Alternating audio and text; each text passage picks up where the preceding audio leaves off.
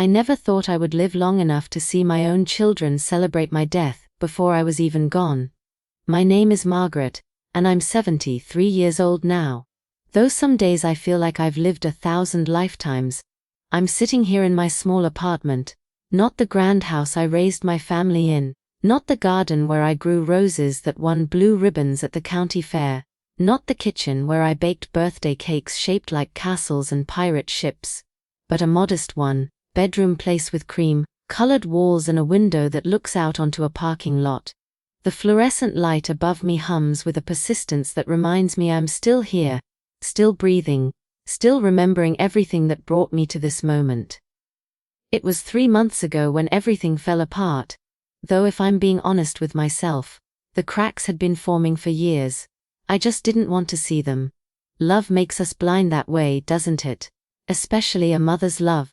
We convince ourselves that the distance is temporary, that the phone calls will come more often, that our children are just busy building their own lives. We make excuses because the alternative is too painful to consider. I had been in the hospital for what was supposed to be a routine procedure. My heart, the doctors said, needed a little help. A valve replacement. Nothing too serious for someone my age, they assured me with those professional smiles that never quite reach the eyes. But complications arose. They always do when you're my age, and what should have been a 3-day stay stretched into 2 weeks. The hospital room became my world, the beeping of machines measuring my heartbeat, the antiseptic smell that clung to everything, the rough texture of the thin blankets they provided, the taste of lukewarm broth and red gel that constituted most of my meals. I have 3 children. David, my eldest, 47 now, a corporate lawyer in the city with a corner office and a view of the harbor. He used to be such a sensitive boy, crying over injured birds and bringing home stray cats. Rebecca, my middle child, 44, a real estate agent with perfectly highlighted hair and a smile that could sell anything. She used to dance through the house, twirling in her mother's old dresses, dreaming of stages and spotlights. And Thomas, my baby, 41, who works in finance and wears suits that cost more than my monthly rent. He was the one who laughed the loudest, who climbed the highest trees, who was afraid of nothing except disappointing me. They visited me in the hospital, of course. Not together. They were all too busy for that. But separately, efficiently, like appointments to be checked off a list. David came on a Tuesday afternoon, spent 20 minutes asking the doctors technical questions I couldn't understand, kissed my forehead, and rushed off to a meeting. Rebecca visited on Wednesday evening, brought flowers that the nurses had to put in a vase because I couldn't reach, talked about a property she was closing on, and left when visiting hours ended. Thomas came on Friday morning, looking uncomfortable in the sterile environment, making jokes that fell flat, checking his phone every few minutes. None of them stayed long enough to hold my hand while I fell asleep. None of them were there when I woke up at 3 in the morning, confused and frightened, calling out for someone who would never come. My husband, Robert, dead these past 8 years, the only person who ever really knew me. But I understood. They had their own lives, their own families, their own responsibilities. I had raised them to be independent, successful, capable. I should have been proud, and I was proud, I told myself, even as I lay there alone counting the ceiling tiles, and listening to the muffled conversations of nurses in the hallway. It was during my 2nd week in the hospital, on a Thursday evening, that my neighbor Mrs. Chen called me. We had exchanged numbers years ago, a precaution for emergencies, though we rarely spoke. She was breathless on the phone, her accent thick with agitation. "Margaret," she said, "I don't want to upset you, but I think you should know something." My heart, already weak, seemed to stutter. "What is it, Helen? There are many cars at your house, music, people. I saw your children arrive this afternoon. They're having some kind of party." I felt cold then, colder than the air conditioning in the hospital room could account for. "Yes. Many people. I'm so sorry, Margaret. I thought maybe you knew, maybe you said they could use the house, but then I thought I should call you, just in case." I thanked her, my voice sounding distant even to my own ears, and hung up. For a long time I just stared at the phone in my hand, trying to make sense of what she'd told me. A party. At my house. While I was in hospital. Maybe it was something innocent, I told myself. Maybe they were organizing something for my homecoming. Maybe it was a family gathering to discuss my care. Maybe. But something dark and knowing whispered in the back of my mind, something I didn't want to acknowledge. I called David's cell phone, no answer. Rebecca's, Thomas's, no answer.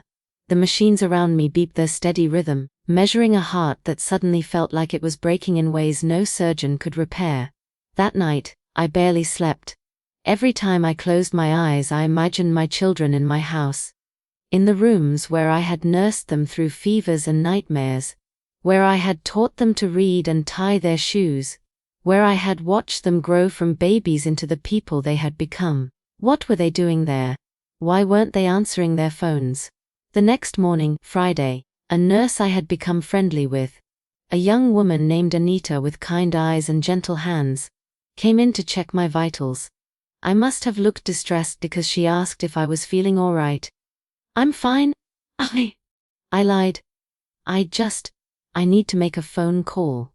It's important. She nodded, understanding in a way that has witnessed human suffering can understand, and left me alone. I called my house, my own landline, the number I'd had for 43 years.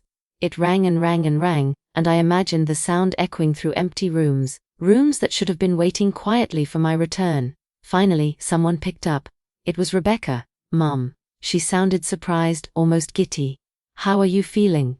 Rebecca, what's going on, Mrs. Chen said there was a party at the house last night. A pause, too long. Oh that, yes, well the family got together. We wanted to discuss some things. What things? And why didn't anyone tell me? Another pause. Mum, we didn't want to worry you. You need to focus on getting better. I want to know what's happening in my own house, Rebecca. It's nothing really, just family business. Look, I have to go. I have a showing in 30 minutes. Love you. She hung up before I could respond. I sat there holding the dead phone, feeling something inside me crack and crumble. Family business. Without me. Over the weekend, none of my children visited. They sent text messages, brief, impersonal things about being busy and hoping I was healing well. I responded because what else could I do? I was trapped in that hospital bed, connected to machines, dependent on nurses to help me walk to the bathroom. But I wasn't helpless in every way. On Monday morning, I called my lawyer, Gerald Patterson, a man I'd known for 30 years. He'd handled Robert's will, helped me with the estate, kept everything organized after my husband died. Margaret, he said warmly, how are you? I heard you were in the hospital. I'm all right, Gerald, but I need to know something, and I need you to be honest with me. His tone changed, became more careful. Of course. What is it? Have my children contacted you recently, about my estate? Silence. Then, Margaret, I can't discuss. Gerald, please. I'm not asking you to violate attorney-client privilege. I'm asking you as a friend. Have they? He sighed, a sound heavy with reluctance. Yes, all three of them called me last month, separately. They wanted to know about your will, about the assets, about how everything was structured. The hospital room seemed to tilt. What did you tell them? Only what I'm legally obligated to tell them, which is essentially nothing without your permission. But Margaret, they were persistent. They asked about the house, about your investments, about the life insurance policy. They wanted to know if there were any provisions that might delay distribution of the estate. My hands were shaking. Did they say why? They claimed they wanted to be prepared, to make sure everything was in order in case something happened. In case I died, he meant. My children had been planning for my death. Thank you for telling me, Gerald.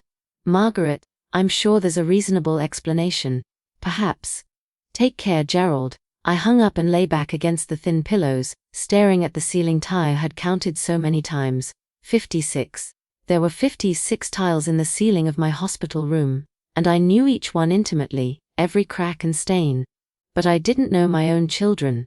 That afternoon, against the advice of my doctors, I checked myself out of the hospital. I signed the papers they put in front of me, papers that absolved them of responsibility, and I called a taxi because there was no one else to call. The driver was a young man with kind eyes who helped me into the car and asked if I was sure I should be leaving the hospital. I told him I was sure. I gave him my address, the address of the house where I had lived for 43 years, and watched the familiar streets pass by the window. It was a Tuesday afternoon, overcast and grey, with clouds that promised rain. The trees along Maple Street were turning autumn colors, burnt orange and deep red and golden yellow, leaves beginning to drift down onto the sidewalks, where I used to push my children in strollers, where they learned to ride bicycles, where they walked to school with backpacks too big for their small bodies. When we pulled up to my house, I sat in the taxi for a moment, just looking. It was a 2-story colonial with white siding and blue shutters, a wraparound porch where Robert and I used to drink coffee on Sunday mornings, a front yard with the oak tree Thomas fell out of when he was 7 and broke his arm. It looked the same as always, peaceful and quiet. But something was different. I paid the driver, tipped him generously for his kindness, and walked slowly up the front path. Every step hurt, my chest ached from the surgery, my legs were weak from weeks in bed. But I kept going. I had to see. I had to know. I unlocked the front door and stepped inside. The smell hit me first, not the familiar scent of my lavender potpourri, but something else: stale beer, cigarette smoke, the lingering odor of too many people in a closed space. The living room was a disaster. Furniture moved out of place, stains on the carpet, empty bottles on the coffee table Robert had built with his own hands. Champagne bottles, expensive ones.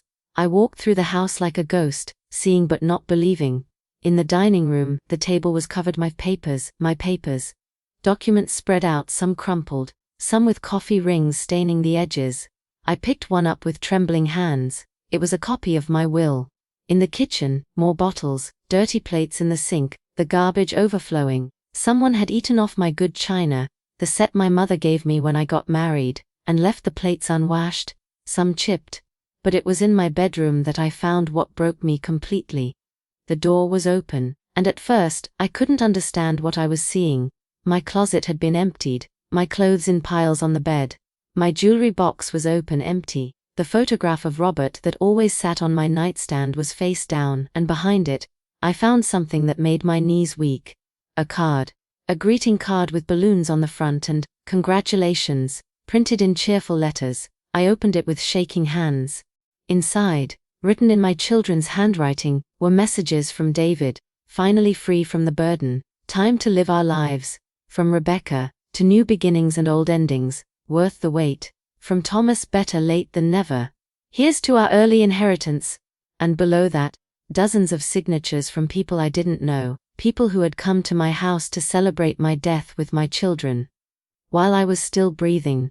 While I was alone in a hospital bed, counting ceiling tiles and waiting for a phone call that never came, I sank onto the floor, that card still in my hands, and I cried.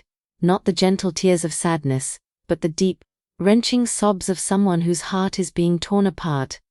I cried for the children I thought I had raised, for the mother I thought I had been, for the family I believed we were. I cried for Robert, who wasn't here to tell me I was wrong, that there had been some terrible mistake. But there was no mistake. The evidence was all around me. My children had thrown a party to celebrate my death, my imminent death. They must have thought. And they had invited strangers into our home to share in their joy at finally being free of me. I don't know how long I sat there on the bedroom floor. The light changed, dimmed, darkness creeping in through the windows. My chest hurt, my whole body hurt, but none of it compared to the pain in my heart. Eventually I pulled myself up. My legs were unsteady, my vision blurred, but I made myself move. I gathered the card, the documents from the dining room table, a few of the bottles with their expensive labels. Evidence. Not that I needed it, the truth was seared into my mind, but I collected it anyway. Then I called Gerald. "Margaret, are you alright? The hospital called me. Said you checked yourself out. I need you to do something for me, Gerald. Tomorrow morning. First thing, of course. What do you need?" "I need you to change my will. Completely. I'll come to your office at 9 o'clock. Can you arrange that?" "Yes, but Margaret, maybe you should think about this. You've just been through a trauma. I've never been more certain of anything in my life." 9 o'clock, Gerald. That night, I didn't sleep in my bed. I couldn't bear to lie where they had rifled through my things, where they had celebrated my death. Instead, I lay on the couch in the living room, still in my clothes, staring at the ceiling and listening to the house settle around me. I thought about everything. About the years I had devoted to raising them, sacrificing my own dreams and ambitions. I had wanted to be a teacher, but I stayed home because Robert and I agreed the children needed their mother. I had wanted to travel, but we saved money for their college educations instead. I had wanted so many things, but I had put them all aside because that's what mothers did, what I thought love meant. I thought about Robert, how he would have been devastated by this.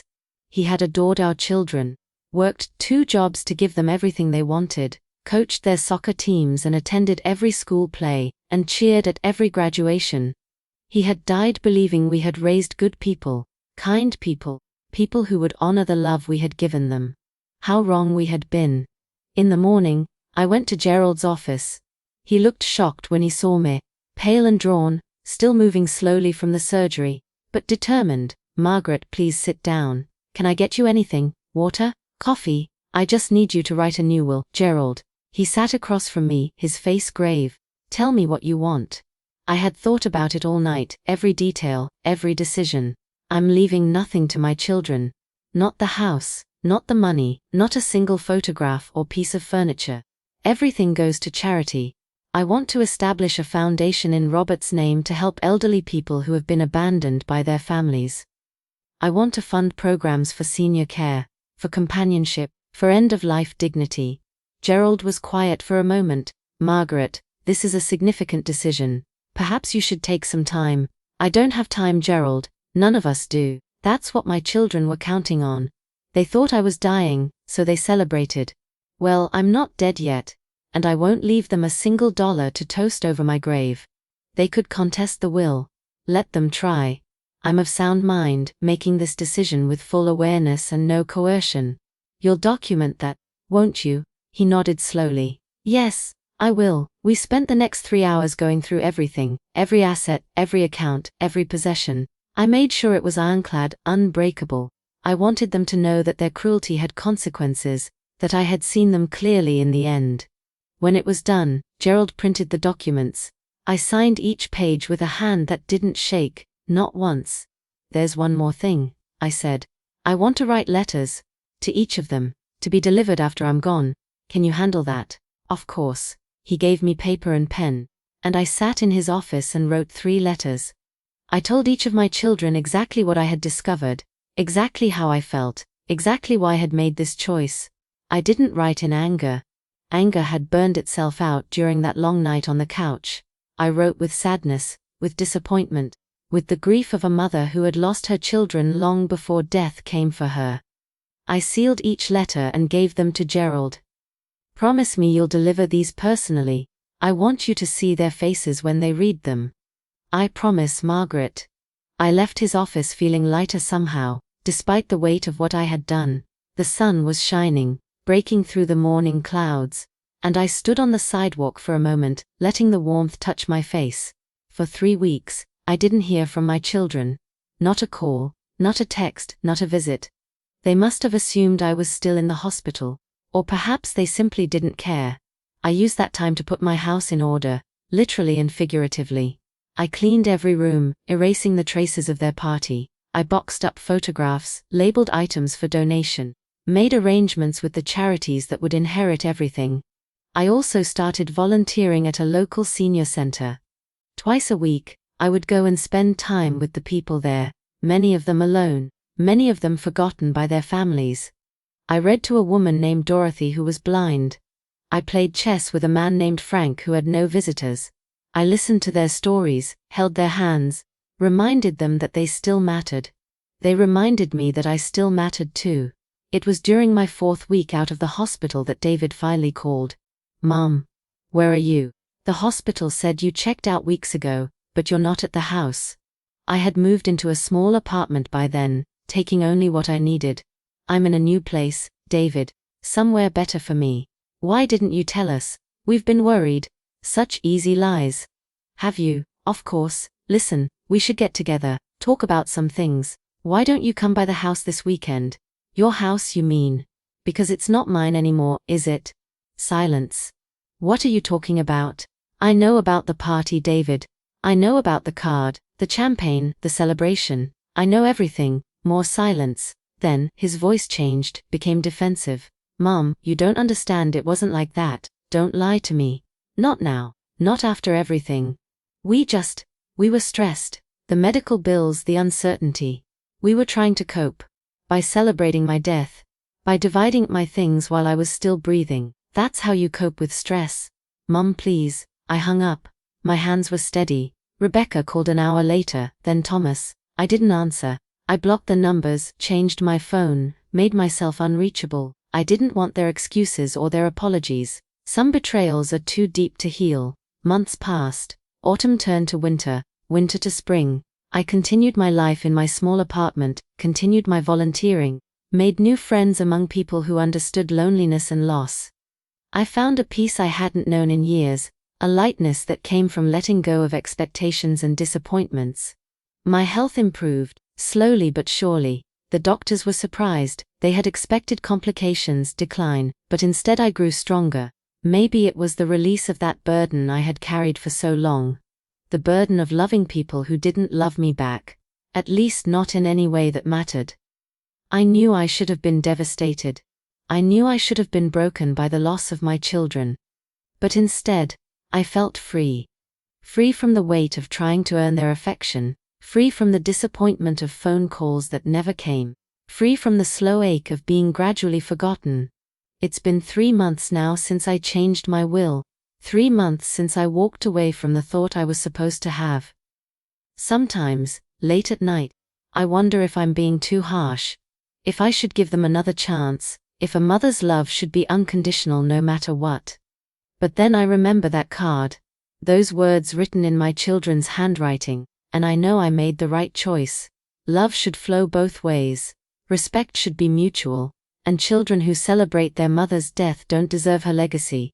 I'm sitting here now, in this small apartment with its cream-colored walls and its view of a parking lot, and I'm not heartbroken anymore. I'm not consumed by grief or regret. Instead, I feel something I haven't felt in years. I feel free. Tomorrow, I'll go back to the senior center. I'll read to Dorothy. Play chess with Frank, hold hands with people who appreciate small kindnesses.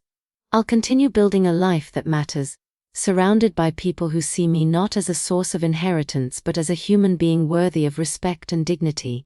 And someday, when I'm truly gone, my children will gather in a lawyer's office and learn that their celebration was premature, that their cruelty had consequences they never anticipated. They'll read my letters and they'll know, finally, completely, what they lost when they chose greed over love. Gerald will be there, as he promised. He'll see their faces when they realize everything is gone. He'll witness the poetic justice of it all. The children who threw a party to celebrate an early inheritance will receive nothing but the memory of their own betrayal. But I won't be there to see it. I'll be gone by then, and honestly, I don't need to see their faces. I don't need their remorse or their regret. I've already moved on. Sometimes the strongest thing we can do is walk away from people who treat us like we're already gone. Sometimes the bravest choice is to honor ourselves when no one else will. I'm Margaret, and I'm 73 years old. I survived heart surgery, betrayal, and the death of the family I thought I had. And you know what? I'm still here. I'm still breathing. I'm still counting, not ceiling tiles anymore but blessings, small kindnesses, moments of genuine connection. And that, I've learned, is the only inheritance that truly matters.